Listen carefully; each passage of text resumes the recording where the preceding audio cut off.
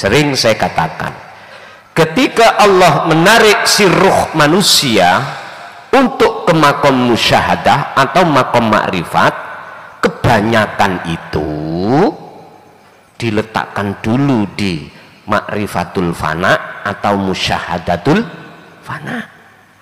Jenengan sadar semua karena dianya, karena akuni Allah, itu sebetulnya bukan disebut lalai, ndak. Akhirnya saya suwe lama kelamaan sampailah pada titik klimak yang akhir.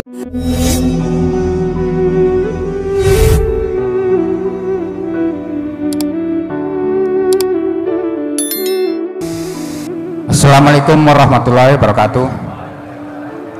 Nama saya Suwanto, saya datang dari Pekanbaru Riau pada malam hari ini. Gus, saya mau tanya, yaitu mungkin pertanyaan saya ini ada cerita dulu, Gus. Yang mana pada tahun 97 saya pernah yaitu belajar sifat 20 sampai ke akordul 50 tuh. Akordul iman ke 50. Kemudian tahun 2010 saya itu pernah belajar di majelis zikir, yaitu untuk zikir ahli hidayah namanya, Gus. Nah, tapi di dalam zikir itu, Gus, saya belajar dulu, setiap saya zikir itu terlihat gaibnya makhluk, Gus, yang mana pada saat itu sehingga saya mungkin ya dijuluki dukun gitu, Gus, karena setiap yang datang itu rata-rata orang yang sakit, Gus, yaitu mungkin kena bil gaib gitu, Gus. Dan kemudian saya datang kemari tahun 2023 saya buka channel YouTube, Gus, yaitu saya ikuti. Kemudian tahun 2024 saya ikut bai'ah. Kemudian pernah Gus mengirim di WA saya itu untuk zikir, yang zikir 4 itu, Gus, sampai zikir sirul asor saya laksanakan. Kemudian yang saya laksanakan itu di dalam zikir itu semua itu yang gaibnya makhluk tadi memang hilang semua, Gus, kan gitu. Dan kemudian apabila itu memang digunakan kelihatan lagi gitu. Jadi yang saya tanyakan itu bagaimana kok bisa hilang ataupun timbul lagi itu, Gus, satu. Dan yang kedua yang saya ingin tanyakan yaitu alam roh itu apa, Gus? Alam misal dan alam ajsam dan alam insan. Itu, Gus, pertanyaan saya. Dan saya sudahi dengan wabillahi taufik wal hidayah. Assalamualaikum warahmatullahi wabarakatuh. Waalaikumsalam warahmatullahi wabarakatuh. Siapapun kita, tatkala masih kenal nama dan sifat, dzikir jahri siri saja, pasti lama kelamaan Allah buka pintu alam mukasyafah. Ditemukanlah kita bentuk-bentuk alam karomah atau alam-alam gaib makhluk. Dan ini memang sudah menjadi ketetapan, karena tujuan kita di dalam jahri maupun siri itu ada di situ, paling mentok di situ, jenengan ahli karomah, sehingga ketika jenengan ini bisa mengobati orang lain di luar medis, ketahuilah karomah itu yang bekerja. Paham ya? Orang lain tidak tahu. Akhirnya jenengan disebut orang pintar. Nah, umumnya orang pintar. Dikatakan orang pintar, orang itu lo tahu kalau saya itu punya kerentek karep seperti ini. Wes, jenengan kali kula terjebak, sudah terjebak. Tapi jikalau Anda ingin keluar dari jebakan itu di dalam alam kasaf, maka belajarlah, kenalilah tauhid la ilaha illa anta supaya bisa sampai ke ana. Belajarlah tentang makrifatut tauhid la ilaha illa anta. Akhirnya akhirnya muncullah kepahaman tentang dzikir sirul asrar. Nah, menurut petunjuk di situ harus terus kita lakukan. Mengapa ketika saat itu sudah hilang, suatu saat akan timbul kembali makhluk-makhluk wujudnya? Lah ngono toh yang ditanyakan. Bon, Bapak Ibu, sering saya katakan, ketika Allah menarik si ruh manusia untuk ke makom musyahadah atau makom makrifat, kebanyakan itu diletakkan dulu di makrifatul fana atau musyahadatul fana. Untuk apa? Kalau kita tanya, ya takau pangeranmu dewe, mengapa jenengan kok diturunkan lagi, akhirnya timbul lagi wujudnya makhluk, pengakuan akhirnya muncul. Kalau jenengan tanya pada Allah, jawabnya mesti mek situ. Iklamu ngerti ya sira, kekasihku, sak temene apa sing tak lakoni iki untuk menguatkan tauhidmu, ngoten niku, untuk menguatkan makrifatmu terhadapku. Jawabannya mesti mek situ. Lah terus akhlak kita bagaimana? Akhlak kita bagaimana? Apakah menuntut datang Allah subhanahu lekas Gusti sampai pindah, saya ini jenengan pindah ke makom di mana saya biar lupanya sedikit lah gitu dah? Jangan Pak, kita nggak punya akhlak kalau seperti itu. Jangan, cukup jenengan kali kula niki terus waqtasimu bihablillahi jami'an wala tafarraqu, terus pegang teguh tali ini. Urusan lepas sampai nggak punya niat untuk melepaskan. Kalau ini kehendak Allah jenengan melepaskan, kehendak Allah jenengan iki lalai, itu bukan lalai. Paham maksud saya? Jenengan sadar timbul tenggelame karena hidup sejati kui, maka itu bukan dikatakan lalai. Ngeno jenengan anti sadar muncul keakuan diri, itu berarti tenggelam ya toh?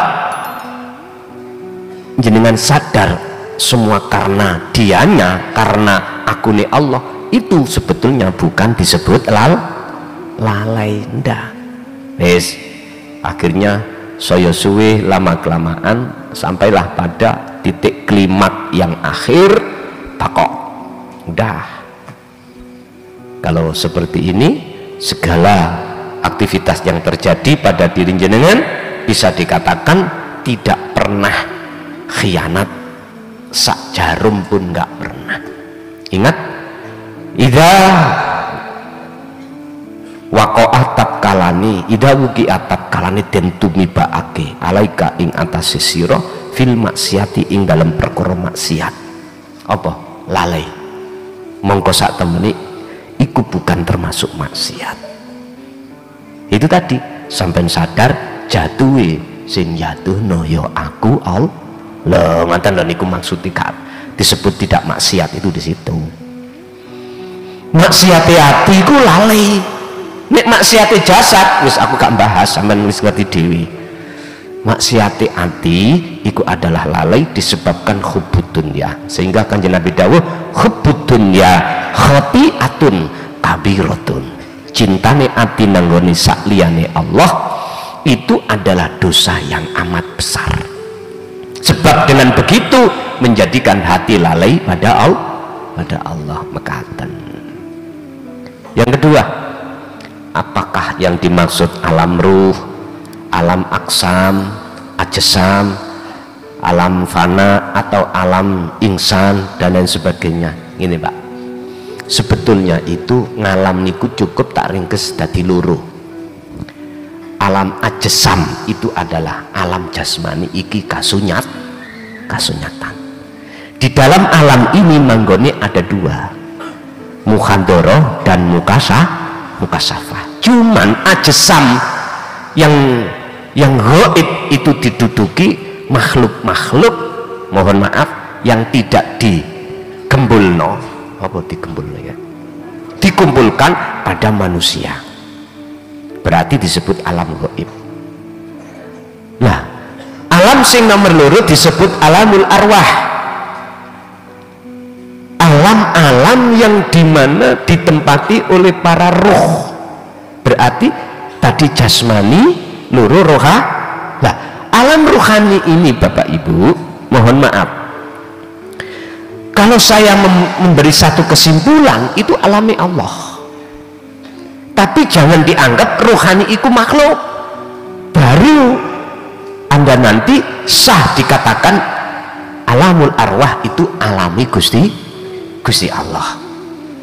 Nah, alami Gusti Allah yang disebut alamul arwah itu gak mung nenggone secara batinnya saja, tapi secara jasmaniah atau jasad ini atau ajsam. Maksudnya piye? Tadi saya katakan nek ajsam itu kan ditempati makhluk, ya toh? Nek alamul arwah itu hanya ditempati Allah. Tapi arwah ini bukan makhluk, arwah jamak duki ruh. Nek ruh itu berarti roh siji, nek arwah roh banyak. Jenengan harus memakai sistem suhudul wahdah fil kasroh, banyak di dalam tunggal. Artinya apa? Gini, sah dikatakan alamul arwah iku palenggane Gusti Kang Moho Agung karena disebut ruh. Jikalau ruh itu dalam pandangan hati jenengan sudah bukan makhluk. Bingung, karena kita ngomong roh iku Pak nyun sewu niki wonten sing debat perkara ruh nganti detik niki dereng ketemu. Pertama, ruh mengatakan iku makhluk, ya. Ruh ada yang mengatakan iku bukan makhluk. Kalau ruh iku makhluk, fana, artinya mati. Kalau ruh itu Allah nggak pernah mati. Pertanyaannya, roh sampai niki mati apa ora? Mana ruh yang tidak mati, mana hati yang tidak mati? Itulah ruh yang sudah tidak kesebut ruh. La ibsarun wa mubsarun wa basarun, sebutan-sebutan ruh yang melihat, yang menghadap, sebutan mata untuk melihat, matanya ruh ainul basirah ya sudah tidak ada. Sebutan Allah yang dihadap itu ya sudah tidak ada. Itulah sebetulnya ahad, yaitu alam makrifat. Tak pikir-pikir son ngajakmu kok tambah suwe tambah ngejak gendeng sih. Pak nyun sewu, wajib hukumnya sampai iku ketemu Allah terlebih dulu, gendeng dengan Allah wajib. Nah buktinya cinta itu sebagai dasar hati sampean, liman kana yarjullah, bisa sampai pada Allah. Kok umpama sampean boten cinta, nggak mungkin tekan sini, nggak mungkin jenengan mencari tuntunan ilmunya yang disebut ma'rifatul tauhid, nggak mungkin. Seperti bapak tadi dari Riau, ya Riau